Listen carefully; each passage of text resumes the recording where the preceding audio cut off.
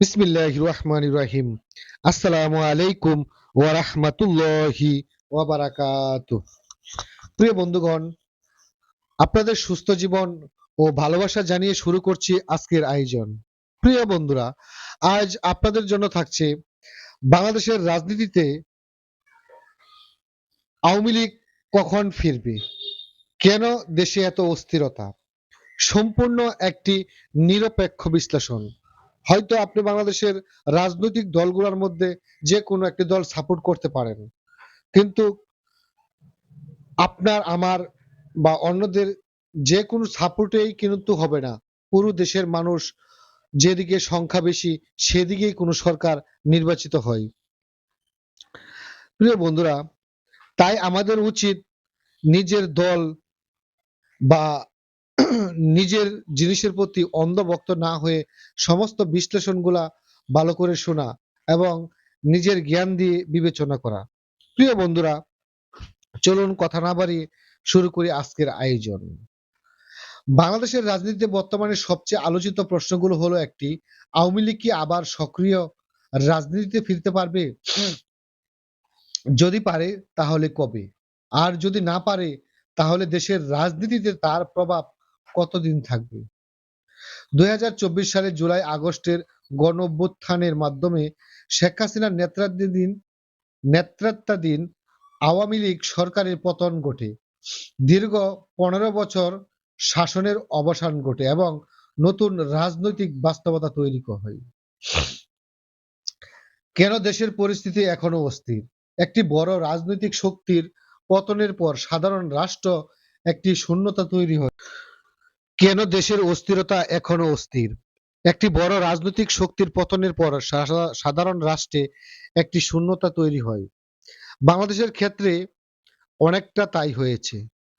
অস্থিরতার কারণগুলোর মধ্যে রয়েছে রাজনৈতিক মেরুকরণ, নতুন ও পুরানো রাজনৈতিক শক্তির দ্বন্দ্ব, অর্থনৈতিক চাপ ও মূল্যস্ফীতি, প্রশাসনিক পুনর্গঠন, নির্বাচন ও গণতান্ত্রিক নিয়ে বিতর্ক, আন্তর্জাতিক কূটনৈতিক চাপ, এছাড়া ডিপ স্টেটের নানা লীলাখেলা।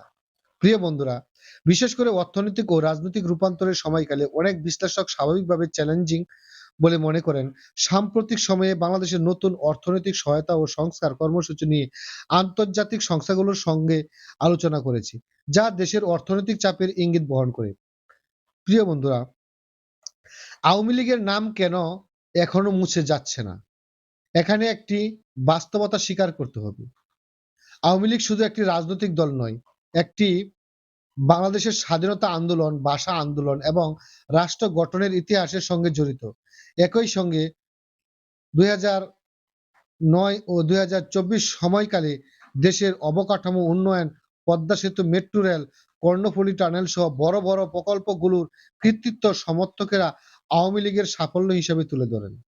অন্যদিকে সমালোচকরা মনে করেন বা অভিযোগ করেন গণতান্ত্রিক প্রতিষ্ঠান দুর্বল হয়েছে, বিরোধী দল দমনের অভিযোগ ছিল, নির্বাচন নিয়ে প্রশ্ন উঠেছে, ক্ষমতার কেন্দ্রীকরণ ঘটেছে, প্রশাসন তথা পুলিশ বাহিনী একতরফাভাবে আওয়ামী লীগের চাটুকারিতা করে গিয়েছে।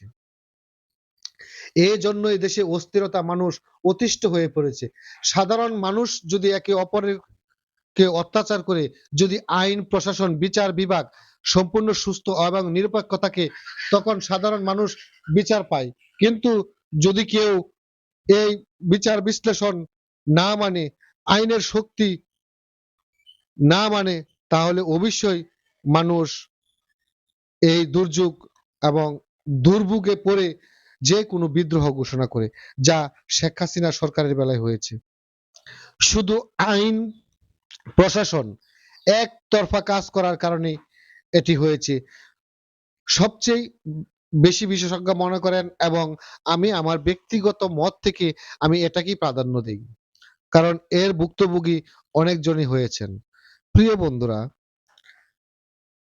এই অসন্তোষ ধীরে ধীরে বৃহত্তর আন্দোলনের রূপ নেয় এবং শেষ পর্যন্ত সরকারি পতন ঘটে। শেখ হাসিনার 6 মাসের মধ্যে ফেরার কতটা সত্য? বর্তমান সোশ্যাল মিডিয়ায় আমরা বিভিন্ন যোগাযোগ মাধ্যমে শুনতে পাই, আগামী 6 মাসের ভিতরে সাবেক প্রধানমন্ত্রী শেখ হাসিনা দেশে ফিরবেন। তার নেতাকর্মীরা বিভিন্ন গণমাধ্যমে প্রচার করছে, দ্রুত প্রত্যাবর্তনের দাবি শোনা যাচ্ছে। 6 মাসের মধ্যে নিশ্চিতভাবে ফিরবেন এমন দাবির পক্ষে কোনো নির্ভরযোগ্য তথ্য ও আনুষ্ঠানিক প্রমাণ পাওয়া যায় না। আর রাজনীতিতে এ ধরনের বক্তব্য অনেক সময় সমর্থকদের মনোবল চাঙ্গা রাখার জন্য করা হয়, রাজনৈতিক মাঠ গরম রাখার করা হয়, মানুষকে তার দিকে মুভ করার জন্য করা হয়। বাস্তব কোনো রাজনৈতিক দলের প্রত্যাবর্তন নির্ভর করে জনসমর্থনের উপরে, আইনি অবস্থানের উপরে, রাজনৈতিক পরিবেশের উপরে, নির্বাচনের ব্যবস্থার উপর, আন্তর্জাতিক ও অভ্যন্তরীণ পরিস্থিতির উপর। অতএব 6 মাস, 1 বছর বা নির্দিষ্ট সময়সীমা দিয়ে নিশ্চিতভাবে কিছু বলা সম্ভব নয়। আওয়ামী লীগের অভাব কি দেশের মানুষ রাজনীতিতে অনুভব হচ্ছে? এই প্রশ্নের উত্তর ব্যক্তি ও রাজনৈতিক অবস্থানের উপর নির্ভর করে। একটি বড় অংশ মনে করেন শক্তিশালী বিরোধী শক্তি না থাকলে গণতন্ত্র দুর্বল হয়। আওয়ামী লীগের মধ্যে বড় রাজনৈতিক দল প্রতিযোগিতায় থাকলে ভারসাম্য তৈরি হয়। আবার আরেকটি অংশ মনে করেন দলটির সংস্কার ছাড়া প্রত্যাবর্তন কাম্য নয়। অতীতের বিতর্কিত কর্মকাণ্ডের জবাবদিহি হওয়া উচিত। তবে এটাও সত্য যে এত বড় একটি সাংগঠনিক রাতারাতি রাজনৈতিক স্থিতি মুছে যায় না। সাম্প্রতিক সময়ে দলটির কিছু নেতার মৃত্যুতে উল্লেখযোগ্য জনসমাগম দেখা গেছে, যে সমাগমে লক্ষ লক্ষ মানুষের উপস্থিতিতে এবং বিভিন্ন জায়গায় বিভিন্ন জটিকা মিছিল তারা বের করছে। বিশেষ করে আমাদের এই বাংলাদেশের বিশেষ বিশ্লেষকরা মানুষ মনে করেন আওয়ামী লীগের 6 কোটি ভোটার রয়েছে। তাহলে সাধারণ দৃষ্টিতে বোঝা যায় এই দলটি 100 বছরেও চেষ্টা করলে মুছা যাবে না। হয়তো কোনো এক সময় এই দেশটি, এই বাংলাদেশের যে পরিবেশ সেটা চেঞ্জ হবে, মানুষের মন মানসিকতা চেঞ্জ হবে, আবার এই দলটি সক্রিয় হয়ে উঠবে। প্রিয় বন্ধুরা, আদৌ কি আওয়ামী লীগ ফিরতে পারবে? এটাই সবচেয়ে গুরুত্বপূর্ণ প্রশ্ন। বিশেষ রাজনৈতিক ইতিহাস বলছে মুসলিম লীগ ফিরেছে, বিএনপি ফিরছে, কংগ্রেস ফিরেছে, অনেক নিষিদ্ধ বা দুর্বল দলও পুনরায় শক্তিশালী হয়েছে। আর তাই আওয়ামী লীগ আর কখনো ফিরবে না এমন সিদ্ধান্তমূলক বক্তব্য দেওয়া কঠিন। তবে ফিরতে আসতে হলে কয়েকটি বিষয় গুরুত্বপূর্ণ হবে। নেতৃত্বের পুনর্গঠন, অতীতের সমালোচনার জবাব, নতুন প্রজন্মের আস্থা অর্জন করা, সাংগঠনিক পুনর্গঠন, রাজনৈতিক সমঝোতা ও আইনি বাধা অতিক্রম। প্রিয় বন্ধুরা, আওয়ামী লীগ কোনো ছোটখাটো অগ্রহণযোগ্য দল নয়। এটি বাংলাদেশের একটি অন্যতম দল, যে দলটি আপনি যে যাই বলুন, আপনি যে দলের সমর্থন করুন, সে দলের চাটুকারিতা করবেনই বা আমি করবই। কিন্তু বাংলাদেশের বৃহত্তর দলগুলোর মধ্যে আওয়ামী লীগ, বিএনপি, জামায়াতে ইসলাম এবং জাতীয় পার্টি, এই দলগুলি সহজেই মোছা যাবে না। তাই আমরা আমাদের দেশের যেহেতু গণতন্ত্র রাজনীতি হয়, সেই গণতন্ত্রের রাজনীতিতে যেন একে অপরের ভালোবাসা, সহযোগিতা পাই, সেভাবে আমরা রাজনীতি করি। মানুষকে ভালোবাসুন, দেশকে ভালোবাসুন, একে অপরের সাথে সম্প্রীতি বজায় রাখুন। আল্লাহ হাফেজ।